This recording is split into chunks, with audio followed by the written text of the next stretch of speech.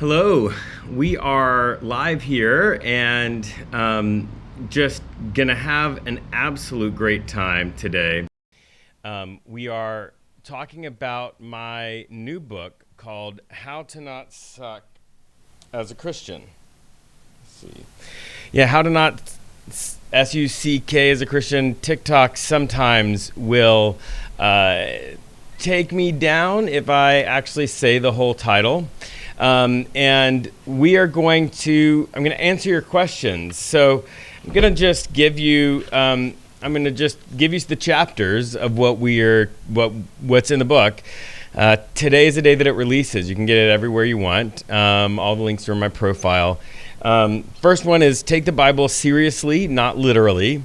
The second one is good Christians doubt. The next chapter is be pro-choice because God is pro-choice. If you've got questions about any of this or other things, you can go ahead and put them in the chat. Don't preach on street corners. Don't manipulate people into giving you money. The next chapter is stop defending your faith, which is about apologetics. Then don't make God small enough to agree with you. Next is stop the homophobia. It goes through all the Bible verses and tells you why the Bible does not condemn people who are queer.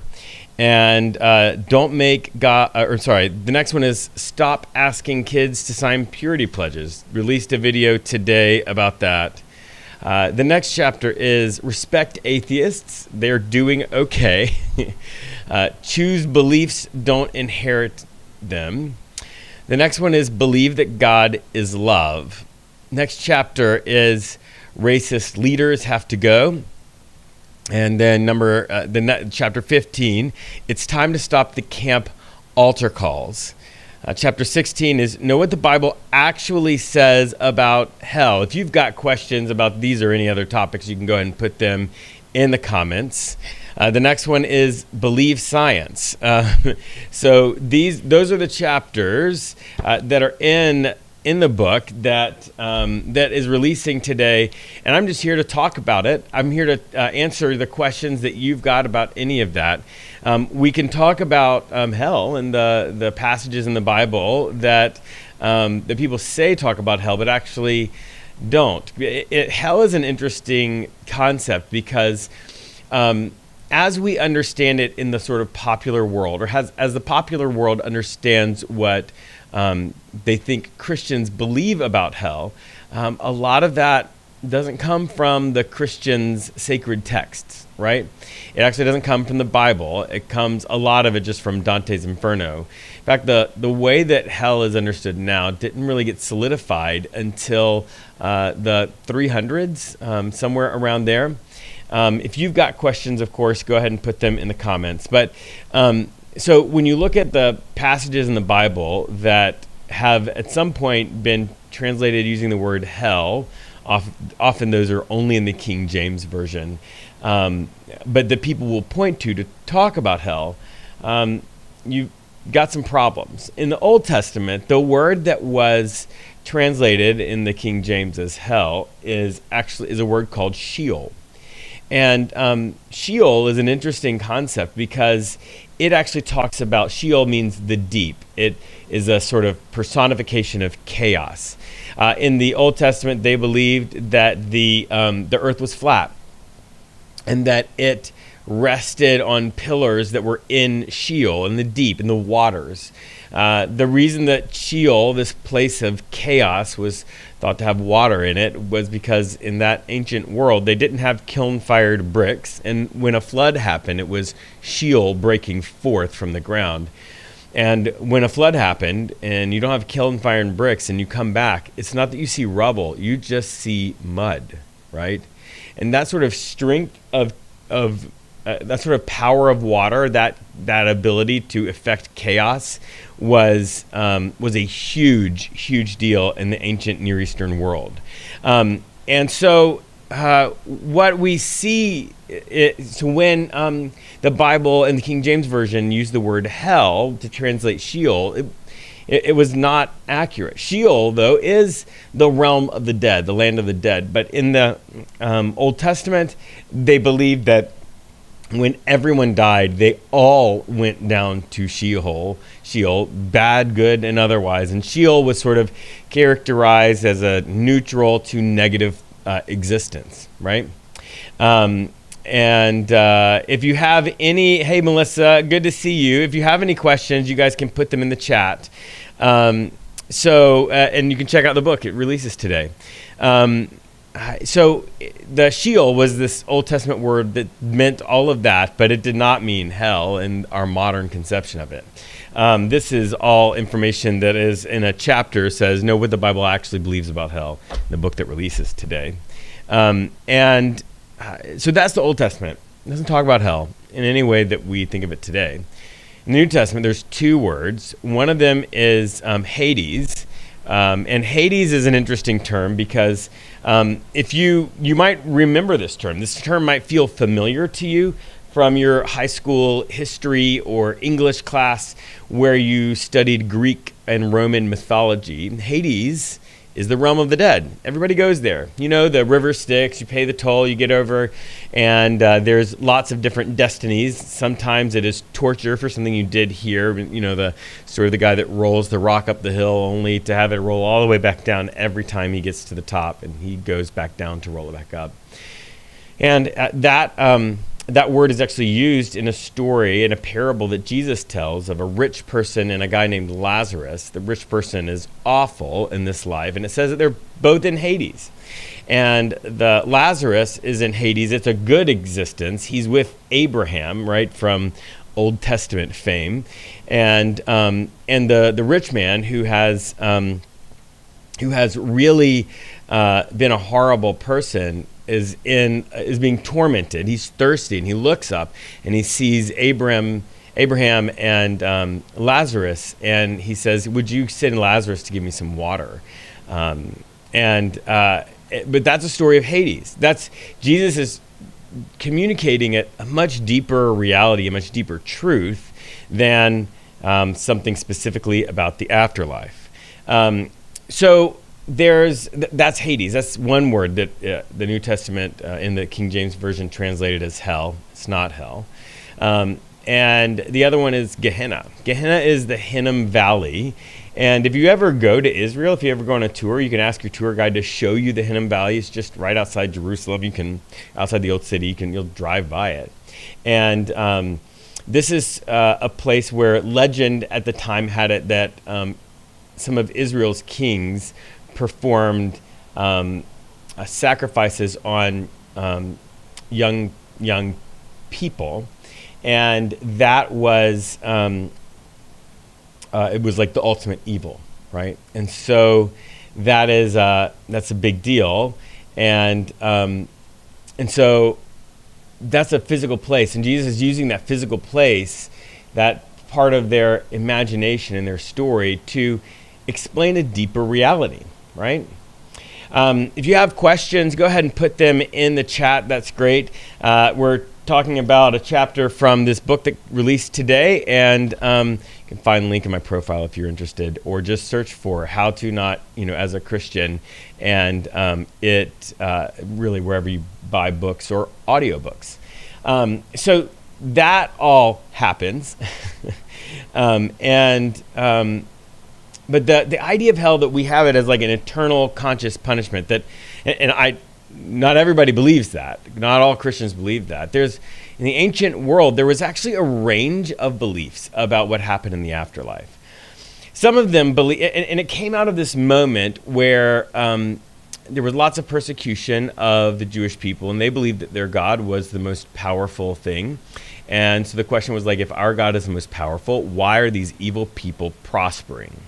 And so to answer that question, they eventually said, there's got to be some punishment for them if it's not in this life, in the afterlife. And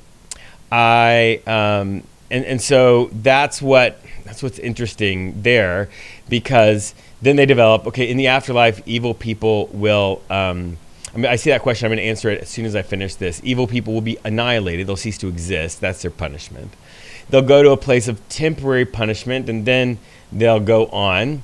Or there is this sort of idea of eternal punishment. Now, in the early Christian church, none of those were really the most popular. The most popular was this idea that you could choose to, like the idea that the choice to be part of God's family and to follow Jesus was a choice that you made, that you can make any time, even in the afterlife. And so that choice was not bound by your mortal lifespan. Okay, so here, any of you who have questions, just put them in the chat, and I will answer as many of them as I can before I've got to get off of the live stream. And when you're not asking questions, I'm just going to tell you content from the book that released today, and you can go anywhere that you can buy books and find it. All right, so Diobali, I'm not sure if I am pronouncing that right. You say, "Hi, Jeremy. I watch your videos often." Thank you so much. I really appreciate that. But I have wondered, are you a Christian? What do you believe? So this is an interesting question. I'm a pastor. I'm ordained in the United Methodist Church. And my work as a pastor is here online on TikTok and our Discord server and all of that. So am I a Christian? This is a difficult question because that word means different things to different people. And currently, in the broader society in America where I live, Christian, amongst the people that I meet, is generally associated with the people who are in power in our government, who, as far as I can tell, have co-opted that religion to structure and reinforce their own power. And so it's also something that is that people will hear, a word that people will hear, the word Christian, and they will believe that people are super dogmatic, or people that don't think that queer people are going to heaven, or any of that stuff. And so I like Dana Canadian, I hear you. You say, "I can no longer in good conscience identify as a Christian. I'm a believer, though." Yeah, that's sort of in some ways where I land. I would say I am a practitioner of Christianity, and so I have been trained in all kinds of sort of beliefs and practices within the Christian faith. And so I would say I am a practitioner of Christianity, and that's what I do as a religious expression, as the expression of my spirituality. That is different for different people. Decor Diva, "Hi Jeremy, have you ever been called a false prophet?" I have been called a false prophet many times today. I get that label given to me every single day, multiple times, which is interesting because, or people will say, "I don't believe the Bible," but almost all of my content is trying to help people understand the Bible in a way that is more loving and gracious and accepting, to give sort of the academic consensus around how sort of Bible scholars see the Bible, and then to help people find spiritual beliefs and practices that work for them. So Deobali, do you believe that the act of being queer is a sin? Not the people, but the act. I don't see that in any way. Also, it's not an act, right? The act flows out of an orientation, and I look at the Bible, and there is nothing in the Bible that says that. When you look at when you go verse by verse through the Bible, you can, and I've got a video that does that pinned to my profile. All of the verses that people in a more conservative, fundamentalist, evangelical stream will say does not approve of those people and the way they love other people. That doesn't describe that. And then on top of that, gender, sexuality, marriage, all of those things are gender roles. All of those things are culturally defined. For example, a long time ago, like right now, blue is a sort of gendered as boy and pink is sort of gendered as female, even though we're getting beyond that. But if you go back in time, those different earlier cultures defined it opposite of that. Gender roles are defined culturally. You go to some places have a more matriarchal way of dealing with gender roles, where the person in power, the person leading the family, is female. So all of that is culturally defined, which means when you were looking at the Bible, you were looking at an ancient culture's understanding of gender, marriage, all of that. And so it's important to not take that ancient culture and sort of baptize it and say that's the right culture and move that now thousands of years into the future. For example, intimate relations between people who were married or between people in the ancient world were in no way thought to be important to be mutual. They are not mutually enjoyed. It was something that the dominant person did to the submissive. It was a way that power was expressed. People were bought. Female people were bought. And that is how their culture viewed marriage and intimacy. And that is not the way people view marriage and intimacy today. Nobody I know would ever want an actual biblical marriage as defined in the Bible by that culture, right? So it's important to not bring those cultural ideas from the ancient world and put them one-to-one in this world. Let's see. And grew up charismatic, but I believe it has been taken too far, especially American pastors. That's correct. I agree with you. Cyprian Clude, I think that when Christians demonize progressives and liberals, Christianity sounds sad from out. I love Spong as a Christian. No, I think Bishop Spong is great, absolutely, and I hear you. It's really sad when it goes that way. Hawk Kobo. Government is more Freemasonry with a dash of Christ. The dash of Christ is enough to bandwagon Christianity. I don't know enough about Freemasonry to agree or disagree with you. I just know that Christian nationalism is a thing that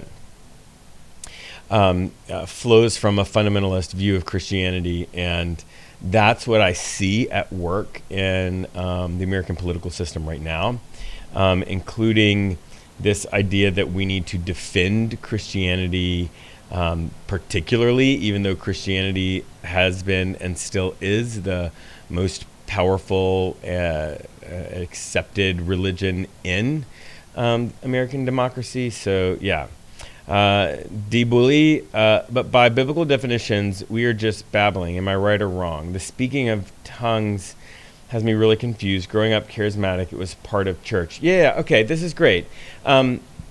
So the idea of speaking in tongues, and for people who are not familiar with this, in what is often labeled the charismatic streams of Christianity, which sounds a little confusing because that word and popular usage doesn't mean that. Fourth wave Christianity talks about speaking in tongues as like a heavenly language, a language that people who are using it it's happening from the Holy Spirit within them, and it's happening from the Holy Spirit within them, and it's in a language that they can't understand, and They talk about 3 verses mainly. One of them is in Acts, in the book of Acts, when the Holy Spirit comes down in the form of tongues of fire on the disciples, and it says that they spoke in different languages, different tongues.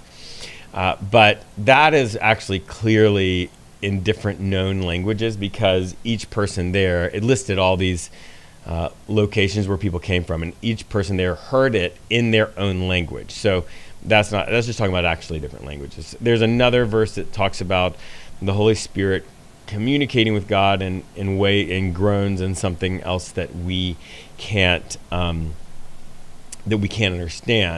But that is not in any way, when you look at it, a plain reading of the text, it's not talking about languages that you can't understand. It's actually talking about like the Holy Spirit outside of us that is doing that on our behalf. And then there is a place where it talks about a heavenly language. That is not clear, but that is only one verse in the Bible. And so a lot of Christians sort of have a problem with basing it all on that. And then there's another one that talks about when someone's speaking in tongues, somebody needs to offer an interpretation. So it's really unclear. And that is that's just the basic overview. So the difference, though, is that in those streams of Christianity, the primary authority is not the Scripture. It's not church dogma. In general, they see the primary authority as the Holy Spirit. And the Holy Spirit will reveal things to Christians and to pastors and to sort of religious streams that is outside of the typical what has sort of been accepted by the rest of Christianity. And this is one of those things. And so to just say that the Bible doesn't support it doesn't mean that that a source of authority is thought of in the same way. And so that's part of how those streams get to that place. Okay. Oh, you said Daibuli is Afrikaans. I'm from South Africa. It means old man. Oh, that's really cool. Thanks for explaining your name to me. All right, Radio Spencer, Jeremy Hart, thank you so much. Why do you think people like complicating God with religion? Why not simply believe in God? I love that. That concept is actually in this book that just released today, written by me. Look at that. You can find the links in my profile, or just search the title wherever you buy books. So a couple of chapters in here are a couple of chapters in here that sort of address that question are don't make God so small that God agrees with you. That's a really important thing.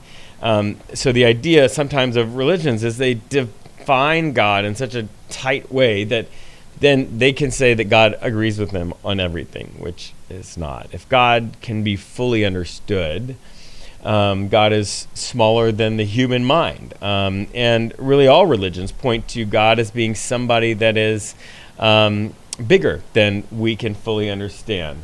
And so we don't want to make God so small that God can agree with us. And then the idea is that another one is that believe that God is love, which I love as a piece from the Bible. It says that whoever knows love knows God, and that God is love. I love that because I think it's a mystical and beautiful way to understand God. But ultimately, those things actually don't give people a lot of power, saying God is love and just believe in God and spend time with the divine. And so a lot of religious systems actually developed to give people power, or to discriminate, or to sort of take power away from people, marginalize people. And so there's a lot of frustrating things about religion. The good side, though, is that it can help you navigate all the beliefs and questions. And so that can be really helpful. Thanks for the question, Radio Spencer. Diobali, what authority do pastors have over their congregation? That changes from congregation to congregation. Clobell, one of my favorites is in the books. One of my favorites is the book When Bad Christians Happen to Good People. Oh, I love that title. I have not ever read that book. I need to put that on my list. The Broken Mom. Hey, it said hello. Good to see you. Edward Tagg. Only a child thinks God is a person.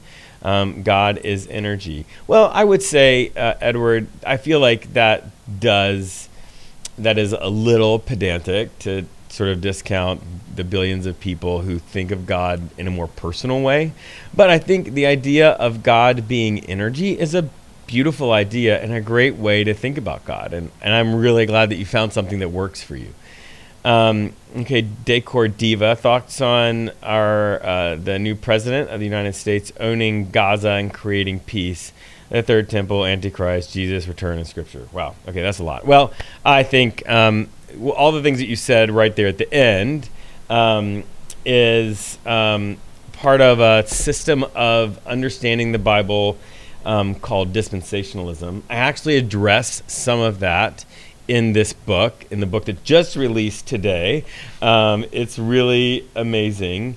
I talk about the rapture in this book and how the rapture is made up. In fact, that entire interpretive scheme really was come up with by a guy named John Darby. He invented the rapture in the 1800s. And it's very recent, as you can see, and so most academic scholars say this is not an accurate or helpful interpretive scheme for the Bible. The vast majority of scholars say it's not good, it's not accurate. So I don't think that that's a thing. For me, I'm generally a person who wants to be with sort of in the academic consensus, and they say that the dispensational understanding of the scriptures is not an accurate interpretation of them. So yeah, I think it's awful. Like the whole idea of owning, displacing all those people, I think it's bad. Not for that, but as far as that relating to the Bible in some sort of prophetic way, I don't believe that interpretive scheme. I don't think that, or I should say the academic consensus is that that's not an accurate way to interpret the Bible. Do I comment on other pastors like Joel Osteen? I can tell you I'm not a fan. He preaches something called the prosperity gospel in general, which is something that is unhealthy and traumatizing to people. I won't come against him as a person because I don't think that that's a helpful thing to do. I would say that the system of theology that he communicates, this idea of prosperity gospel, is not good. He shouldn't do that. Nobody should be preaching that because it's really manipulative and causes an enormous amount of trauma for people. And there's no reason to have a belief system that inflicts trauma on people. There are so many ways to understand faith and God and Christianity that don't traumatize people. Let's choose those. Diobali, if not rapture, then how will it all end? I don't know. I don't think that there's a consensus in scholarship that there is any clear explanation of how the world will end in the text of the Bible. There are things that people say in other religions. There are people who make up conspiracy theories, but I don't think it's clear. And there's this rabbi that I talked to at one point, and I asked him what Jewish people believed about the afterlife and about the end of the world and all that stuff. And I remember his response to me. It was so great. I sort of carry it with me. He said, we think that if God wanted us to spend time thinking about that, God would have said more about it. I love that. Yeah. wants to. It really focuses us on the here and now and making earth look more like heaven, look more holy. Do you believe Darby and Schofield hijacked the scriptures? I agree. John Darby is the guy who invented the rapture for everybody who's just joining. Do you believe that heaven already exists? Heaven is complicated because the scriptures, the way of thinking about heaven, it's really not super clear. And everything is very metaphorical. When it talks about the afterlife in the Bible, the Old Testament is Sheol. The afterlife is sort of a neutral to negative existence in that scheme. So I don't know. I just got to let that one go for me, and keep going on and focusing on what's going on here. There's enough to focus on. This book also talks about hell. It actually is releasing today. You can get it wherever books are. There's a chapter in there that says, know what the Bible actually says about hell. And spoiler alert, it's not very much. All right, Hawk Kobo, excellent perspective. Thank you so much. It's Livy Burke. Hey, where can I buy the book? Anywhere you get books. You can go to your local bookstore, which I'd love for you to do. They can order it for you. There's another place called bookshop.org, which is great because it works like Amazon, but you can find your local bookstore and they get the profits from it. But you can go to all the places, Barnes & Noble, Amazon, and it's even an audiobook on Audible if my voice doesn't bother you. So thank you for asking. Do I believe in the Trinity? This is an interesting question because first off, I don't really like sharing my personal beliefs because my personal beliefs bring an authority to them that makes people have to choose between, do they like me? Do they want to be in a relationship with me? And because if they disagree with me, I seem to bring the weight of a clergy person to bear on that, and it makes it a little bit stronger. So I like to just tell people information, data, let them form their own beliefs. I can tell you that the idea of the Trinity is not something that is inherently in the Bible. It is something that was sort of read back into the Bible in the 300s. It developed, that theological perspective developed over a good while, and it is now considered by Christians one of the core pieces of theology that you need to believe in order to be an Orthodox Christian. So, hope that helps. Let's see. Will it be on Audible? Yes, it will be on Audible. She's talking about the book, just came out. It's on Audible, if you don't mind my voice. It says, we never finished talking about what you thought about God taking our child, leaving us in, I don't know. In pain. Okay, so I'm assuming what you're meaning is that your child died, and I'm sorry. That is awful. I think a lot of Christians, unfortunately, and a lot of spiritual people in general, unfortunately, express agency in death that I don't think is real or actual. And in Christianity, I don't think it's supported by the Bible, that like God takes people from us. I think people die, and that's a really awful part of life. Especially when it's your child, and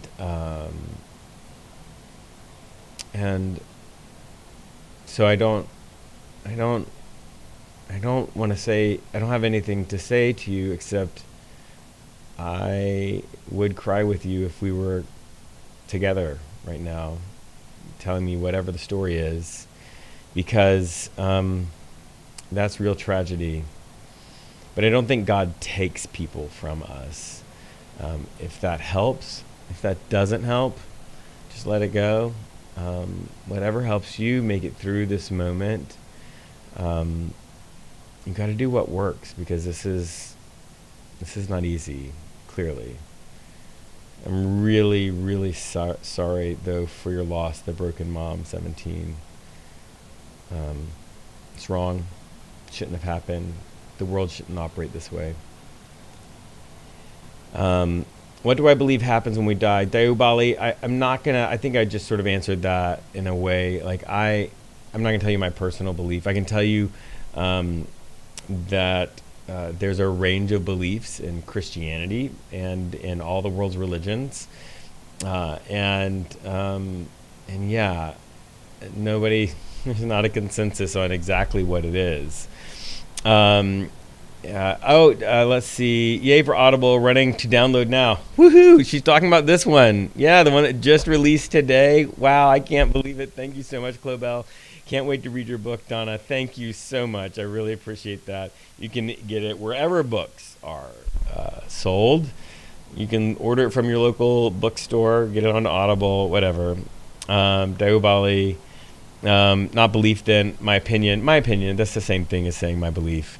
I'm not going to give you that, but I can tell you what different pieces and parts of Christianity and what the academic consensus is. If it's something about a sacred text, I can tell you all of that. I can give you lots of different spiritual practices that have been developed over the millennia, but I don't share my own personal beliefs as much as possible. Are you a youth pastor? No, but I have been in the past. Chad Stride. Sunshine, should we be wary of people calling themselves prophets? 100%. In the Bible, a prophet is not somebody who tells the future. A prophet is somebody who calls people back to faithfulness in God. That idea of telling the future is a very erroneous and unfortunate understanding of that word. It's sort of development of the definition of that word that has kind of happened over time and is not accurate, at least in the Christian world, for that. So yeah, anybody who's telling you they can, from a Christian perspective, they can tell you what the future holds, I would be wary of them. Yeah. What way can we buy that gives me the most back? BK, you are so kind. If you want to buy this in a way that gives me the most back, you can buy a signed copy from my website, and the link to that is on the profile. You're so kind in asking that. Brittany, unpacking us. You are my favorite creator on this app right now. Oh my gosh. Wow. I don't even know what to say. Thank you. Diobali, in your opinion, is the English Bible of today way off than the one originally written? It depends on what. The English Bible of today is a real interesting question because there's a lot of them. The academic consensus is that the New Revised Standard Updated Edition is the most accurate English translation that exists on the market today. We do not have original manuscripts. We don't have a piece of parchment that Paul wrote on or anything like that. But we do have an ever-increasing number of older and older manuscripts and codices and fragments that scholars use to translate the Bible. And so over time, you can see a development and that some parts of the Bible actually weren't in the oldest versions. You can look, you can go right at the beginning and, this would be the beginning for you, right at the beginning, and you would, you see like, oh, wow, there's this text. It's like the oldest text we have, oldest version of this. There's the next oldest version. There's the next oldest version. And then right here, something's added to it that's all the way in the most new versions of these ancient manuscripts, and so you can go back and you can so scholars will go back and say, oh no, we're going to remove this from the text or gray it out or put it in brackets. The easiest place to find that is the end of the book of Mark. It's the last little bit, the part that talks about holding snakes. It's not in there. It's not in the earliest manuscripts we have. It you see it come in later and it keeps being propagated, but it's not. And so basically every Bible of any reputation puts that in quotes or brackets and says, hey, this isn't in there. So I hope that answers that question. Why be a Christian? Here we go. M. Sparrow, why be a Christian What does it offer that nothing else does? I mean, each religion in the world offers a different perspective on life and reality and God. I grew up in Christianity. I had a lot of formative experiences, also a lot of trauma related to that. And so it's the thing that I know the best. And so I would consider myself a practitioner of Christianity. I know a lot of people who it doesn't work for them. If something else does, and I'm really happy they found something else. Christianity, though, has a feature that is not completely unique, but the idea that God came down and sort of in solidarity with humanity, lived in the flesh, and that so God understands the struggles of this life and from the inside. And that gives a level of like empathy and compassion to this religion in a way that some other religions don't have. That's a somewhat unique attribute. The other thing, it says God is love, and I love that way of doing that, and that is a chapter in here. We explore that idea, and it just came out today, the book. I hope that helps. If you want more, you can always DM me. I'm trying to figure out ways to cope. I'm not, oh yes, this is the broken mom. You're talking about your child who passed. Yeah, I think the best way to cope is in therapy. And a therapist can understand your particular way that you're reacting and grieving and give you really fine-tuned and helpful ways to cope. So I can't tell you that. I'm not a therapist, but I'm sure you found a good one. But yeah. Any thoughts on the hot Kobo? Any thoughts on the divine council? Okay, the divine council is this idea that there's lots of gods and that God is part of that group. And that is very much what was espoused by the Jewish people in the early parts of the Old Testament. It's really clear that that's what they believed. I don't. Those are my thoughts, and this is important because you hear like God of gods and stuff like that, and the greatest God. It's assuming there's other gods. It's assuming this idea of the divine council, and so that's an important thing to know when you're reading that part of the Bible. Try to sparkle. Hi, Jeremy. I can't tell you how much I appreciate your honest, sane, balanced discussions. You are so kind. I really try my best to be honest and sane and balanced, but yeah, I'm biased. I know that. I do my best. Thanks for seeing my effort. Clobell, sometimes I feel guilty for having the thought, what if we're all so wrong about all of this? You don't need to be guilty. I have that thought all the time. Because the reality is, and I say this in the book that's releasing today, I am one of the only things I'm almost 100% sure about is that I'm at least wrong about half of the things I believe. I just don't know which half because because if I did, I would try not to believe those things. So don't feel bad. I feel that doubts and questions are a sign of spiritual health. Another thing that I say in this book that just released today. Yeah, don't feel guilty about that.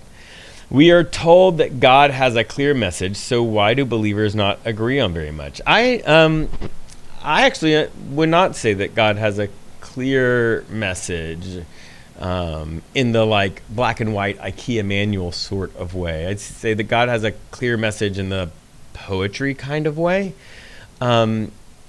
And that's why people don't believe the different people in each religion, even not just Christians, but Buddhists and Hindus. There's a lot of range of beliefs, even within these streams. And that's why, I think. Jacob Key 29, have you seen the idea that Asherah is the wife of the Jewish God? I've seen that idea, and it's very much supported by archaeology and anthropology. In fact, the Asherah pole, the little Asherahs, they're these little figurines that have little, female anatomy poking out.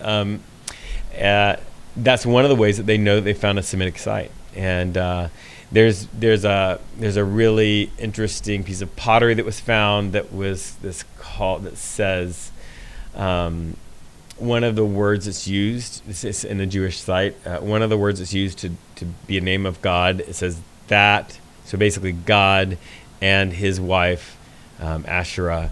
So yeah, I think that was definitely a belief that was held by the early Jewish people, and that informs a lot of what you read in the Bible. So yeah. Do you believe that there's life after death? David, the hypnotist, I think. I try not to share my beliefs. I share data and try to help people form their own beliefs. In the Bible, there is, so in Christianity, which I would say I'm a practitioner of Christianity, in the ancient spiritual text for that religion, in the Bible, there is a clear message in lots of places that there is some sort of permanence to the soul. I don't know what it means. I don't think it's clear in that scripture, and I don't think it's something that spending a lot of time on is ultimately fruitful. I think that the thrust of that religion is really should be focused on the here and now, because that's what seems to be the focus there. What is the closest thing we have to the original text of the Bible? You can Google hang on. I just lost the word.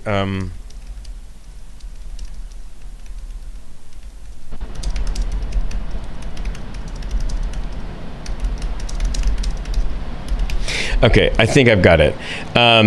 Yes, so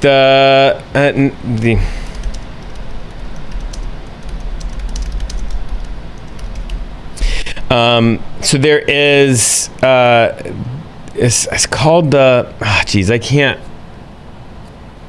remember, but it's all of them together, and there's lots of them in lots of different times in lots of a lot of different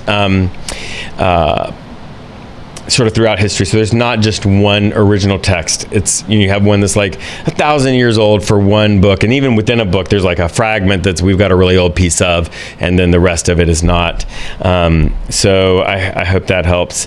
So can I speak of the books? This is Kelly Sunny Blues, Kelly Blue Sky maybe. Can you speak of the books that are left out of the Bible? Sure. To say that books are left out of the Bible, I think implies a level of discrimination and intention that I don't think is maybe accurate. There was a 1,400-year process of deciding what was the Bible, 1,300 years, what was in the Bible, and it was really consensus around what seemed right. That started really, really early on in the 100s. There's something called the Mercurian fragment that shows a list of texts that's very similar to the list of texts that we have now. But each different tradition has a slightly different set of texts based on what they feel like is the right ones. And yeah, so left out of the Bible seems a little unfortunate. There's things like the Gospel of Thomas and the Gospel of Mary. Part of why those are not in the Bible in any of the collections that you can find is because they are clearly written way after they claim to have been written. And so academics would say, like, it's interesting, it's fascinating, and tell you a lot about the time in which they were written, but they're not really of the same level of substance and accuracy and authority as the ones that were written really, really close to when it appears. What is the closest thing? Oh, no, wait, I did that. Is the Lexham English Septuagint credible? And yeah, I don't know about I don't know specific. That term Lexham, I'm not familiar with. The Septuagint, the LXX, is considered by scholars one of the one of the important text collections that they use when they are translating the Bible. They also use the Masoretic text. They also use the Alexandrian text and all kinds of the Codex Sinaiticus, the Codex Vaticanus, the Textus Receptus, like all these groups, and all of them together are what the sort of academic community used to give an English translation of the Bible. So here we go. Deubali, do you think the Vatican is keeping secrets from us? Apparently they have very old scriptures. They have lots of old texts, ancient texts. I don't think that they are hiding anything from us. And it says they're not open to the public, but they are open to scholars to view. So they're not open to the public because some of these things are incredibly fragile, and you don't. Yeah. I mean, Dan Brown, I love his novels, but they are fiction. They are conspiracy novels, which I absolutely love. Thank you. Lots of love from the East Coast of Canada. Hey, thank you so much. And I think you were mentioning earlier the book. I really appreciate that too. It just released today, and you can get it on anywhere you order books. You can also get an audiobook on Audible. I think Star Wars is based on Christianity. It's not based on Christianity, Deubali. There was a book, I can't remember, The Hero's Journey, I think is what it's called.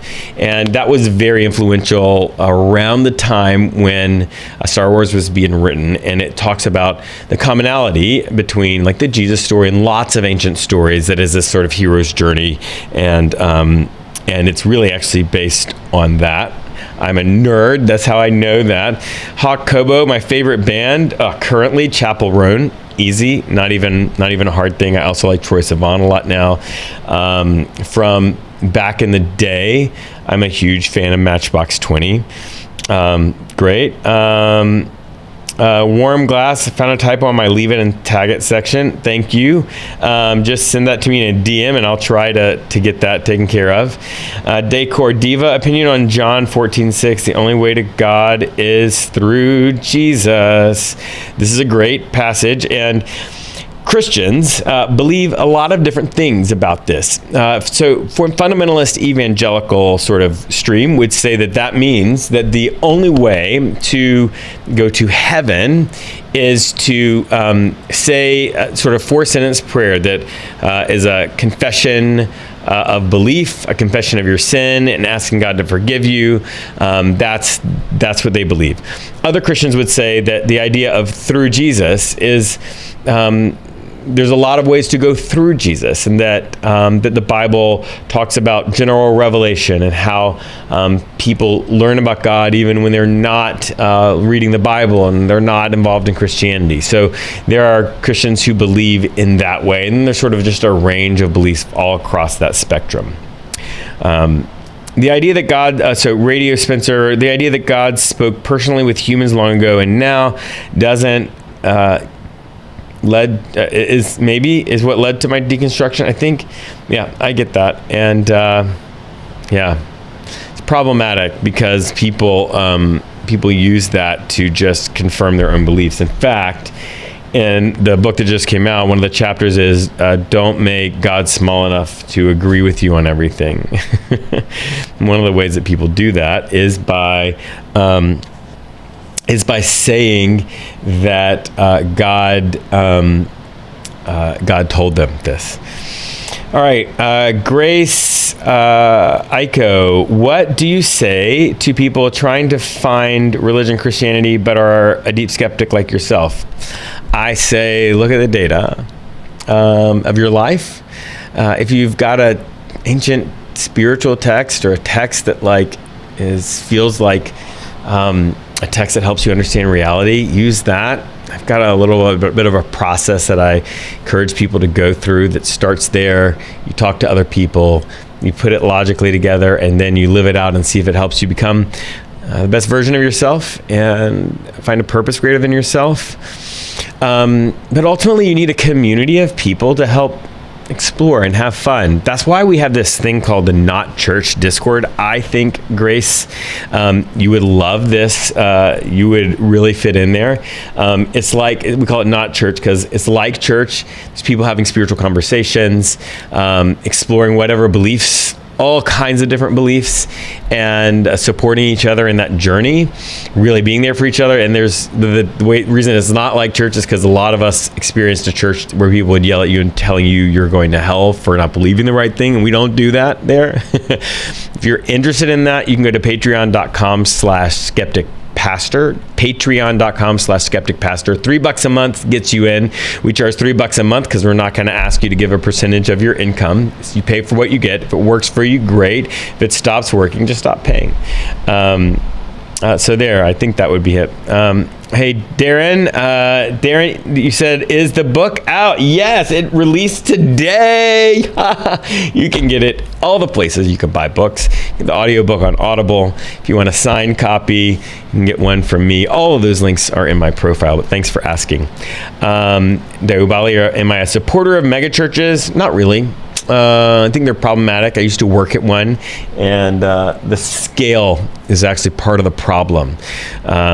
That's a whole other thing.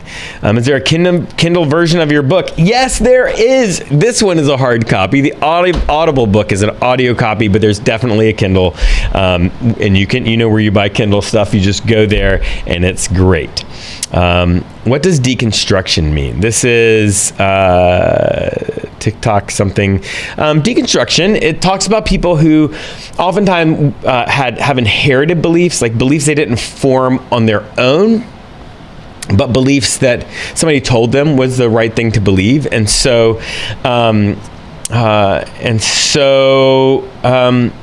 then they find something and it doesn't work, and they start pulling at the thread, and they realize, oh wait, I didn't choose these beliefs. I didn't form these beliefs in myself. I just took what this person said, and now that I look into it, I don't believe this stuff. That's sort of this deconstruction, and it's a result of actually not forming the beliefs yourself. And not always your fault, because a lot of times you grew up in a situation where somebody told you this is the only way to believe, and it looks like this is the only way to believe, right? It's an interesting, it looks like TikTok, we're having a problem with TikTok. I'm not sure. Oh, wait, it's back. Okay, sorry. Anyway, because you inherited the beliefs, and a lot of times it's because you were in an organization that told you had to believe that, or else you weren't believe this specific way, or else you weren't a real Christian. Darren, congratulations. Thank you so much, Darren. I really appreciate it. Chad Stride, I'm far removed from my Pentecostal trauma, yet I am drawn to your skepticism message. Great work. Chad, thank you so much. I really appreciate it. If you like that, you're going to really love this. And I'm on here specifically because this is releasing today, and I would love for you to grab one anywhere you get books, Audible, Kindle, all the places, bookshop.org. Do that. What led you to start thinking different to mainstream Christianity? I'm a deep skeptic. And so I have always had deep questions about faith. And when I was younger in the sort of evangelical movement, I would ask questions and I would get answers. But I didn't have access to the internet. I'm old. The internet didn't exist. So I only had the access of the people around me. And they told me that, this is the only way. This is it. And that was the answer I got. And so, but then as I grew older, as I went to college, as I sort of got exposed to other ideas, I realized, this isn't the only way to believe about God. And then when I went to graduate school, I gained even more tools, and that's sort of my journey there. Thanks for asking. Daniel, what do you think about the book of Job? He got new kids at the end, but the original kids died for what? Okay, so the book of Job I don't think it actually happened. That's the academic consensus, is that it's not a historical tale. It is a tale that is meant to give you some messages. And just like a fictional novel will have certain people die in really tragic ways to tell you something, to communicate something. it's the same thing that's going on in Job. And so, Job keeps having a hard life. And the idea is, one of the bigger messages is that, you have a hard life, but a hard life doesn't mean that you can't stay open to the divine. And so that is like the bigger message there. And so I don't think it's about a real person who actually had their kids die. It's a story that has a deeper meaning. And so it's important for us to stay with the deeper meaning and not try to say, oh, this was a literal thing that actually happened. Because if it's a literal thing that actually happened, that's more problematic. But if it's a story that's trying to teach you something, then that helps. Daniel, new Christian here, but the closest church to me is a Mormon church. Are Mormons wrong? That's a really great question. I would tell you that amongst... So there are a handful of sort of groupings of Christians, and like one of them's called, I think, the World Council of Churches, but that, lots of different streams of Christianity come together and try to work together, but they sort of admit denominations, admit people like that, and they judge whether or not they're consistent with just the very, very most basic tenets of Christianity. And those groups actually never admit the Mormons as Christians. And so I would say from the Christian perspective, the Mormon church is not Christians. It is a religion. Jesus is part of that religion. The Bible is a sacred text, part of the sacred text of that religion, but it's not that religion. It's its own thing. So I hope that helps. Do I think any of the stories in the Bible are true? If so, which ones? This will be my last question to answer. I would say all of them are true. But truth is something that can be thought of in multiple ways. And it can be thought of in the literal IKEA manual kind of way. And it can be thought of in like poetry kind of way. Poems are true in a very different way than the IKEA manual is true. And I think the Bible, the entire Bible, is true in the poetry kind of way, not in the IKEA kind of way. And for me, finding the part that is true in the IKEA manual kind of way is not important or helpful to me. Some people that's really important to, and I'm really happy for them. They can do all of that work. But for me, I want to find the deeper truths. And I wouldn't say just for me. I would say I think that the streams of Christianity that are most healthy are the ones that treat the Bible that way. All right. So, I've been on here for an hour to tell you, to answer questions and to tell you that this just came out today, my new book, How to Not, as a Christian. I can't say the whole thing because TikTok takes it down if I say the whole thing. But I am so glad that you joined me today, and it's available everywhere. All the places you buy books or ebooks or Kindles or Audible, all the places. So I'd love for you to get one. If you want a signed copy, you can get one from me. All of those links are in my profile on the link page. So yeah, thanks so much.